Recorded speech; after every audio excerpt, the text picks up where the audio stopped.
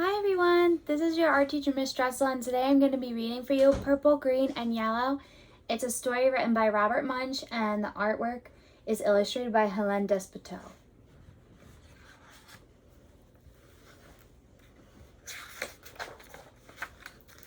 Purple, Green, and Yellow.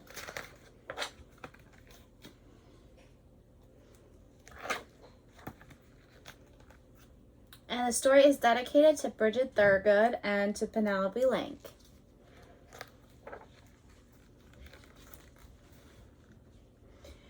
Bridget went to her mother and said, "I need some coloring markers. All my friends have coloring markers. They draw wonderful pictures. Mommy, I need some coloring markers, please." "Oh no," said her mother. "I've heard about those coloring markers. Kids draw on walls, they draw on the floor, they draw on themselves. You can't have any coloring markers."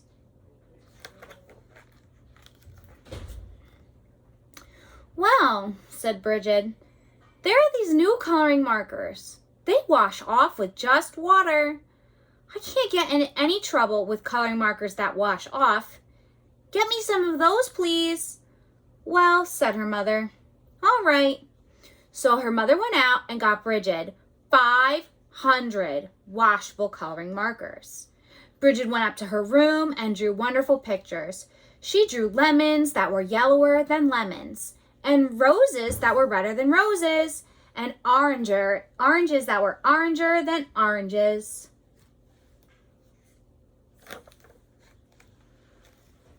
Her mother was amazed. She said, "Wow, my kid is an artist." But after a week, Bridget got bored. She went to her mother and said, "Mom, did I draw on the wall?" "No," said her mother. "Did I draw on the floor?" "No," said her mother. "Did I draw on myself?" "No," said her mother. "Well," said Bridget, "I didn't get into any trouble, and I need some new coloring markers. All my friends have them. Mommy, there are coloring markers that smell. They have ones that smell like roses and lemons and oranges and even ones that smell like cow plops. Mom, they have coloring markers that smell like anything you want. Mom, I need those coloring markers, please." Her mother went out and got 500 coloring markers that smelled.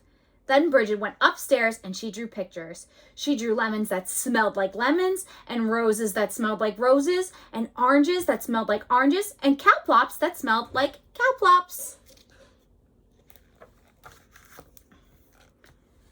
Her mother said, "Wow, my kid is an artist." But after a week, Bridget got bored. She said, "Mom, did I draw on the floor?" "No," said her mother. "Did I draw on the walls?" "No," said her mother. "Did I draw on myself?" "No," said her mother. "Well," said Bridget, "I need some new coloring markers. These are the best kind. All my friends have them. They are super indelible, never come off till you're dead, and maybe even later coloring markers. Mom, I need them, please." So her mother went out and got 500 super indelible, never come off till you're dead, and even maybe later coloring markers. Bridget took them and drew pictures for 3 weeks. She drew lemons that looked better than lemons, and roses that looked better than roses, and oranges that looked better than oranges, and sunsets that looked better than sunsets. Then she got bored. She said, "I'm tired of drawing on the paper, but I'm not going to draw on the walls, and I am not going to draw on the floor, and I'm not going to draw on myself. But everybody knows it's okay to color your fingernails. Even my mother colors her fingernails." So Bridget took a purple, super indelible, never come off till you're dead, and maybe even later coloring marker, and she colored her thumbnail bright purple. And that was so pretty, she colored all her fingernails purple, black, and yellow. And that was so pretty, she colored her hands yellow, green, and red. And that was so pretty. She colored her face purple, green, yellow, and blue. And that was so pretty. She colored her belly button blue. And that was so pretty. She colored herself all sorts of colors almost entirely all over. Then Bridget looked in the mirror and said, "Oh no, what have I done? My mother is going to kill me." So she ran into the bathroom and washed her hands for half an hour. Nothing came off. Her hands still looked like mixed up rainbows. Then she had a wonderful idea. She reached way down into the bottom of the coloring marker and got a special colored marker. It was the same color she was. She took that marker and colored herself all over until she was her regular color again. In fact, she looked even better than before. Almost too good to be true. She went downstairs and her mother said, "Why, Bridget, you're looking really good today." "Right," said Bridget. Then her mother said, "It's time to wash your hands for dinner." But Bridget was afraid that the special color would not stick to the colors underneath them. So she said, "I already washed my hands." But her mother smelled her hands and said, "Ah, no soap." She took Bridget into the bathroom and washed her hands and face.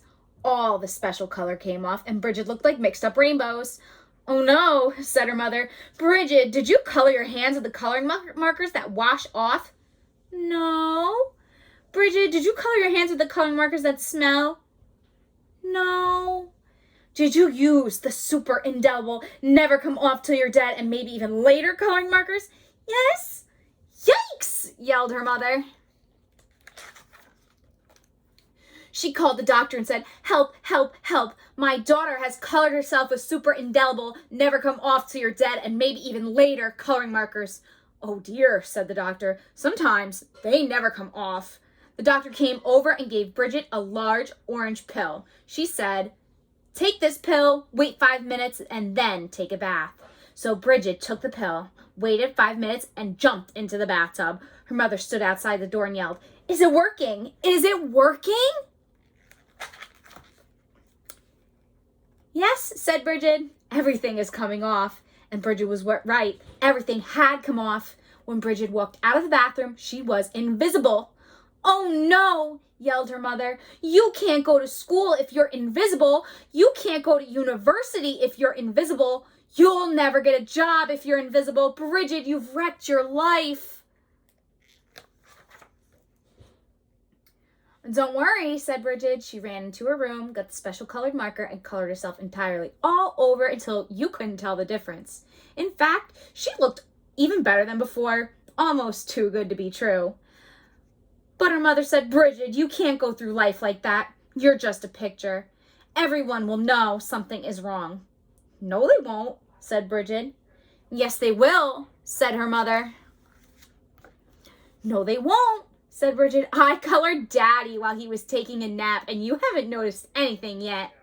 "Good heavens," yelled her mother, and she ran into the living room and looked at Daddy. He looked even better than before. Almost too good to be true.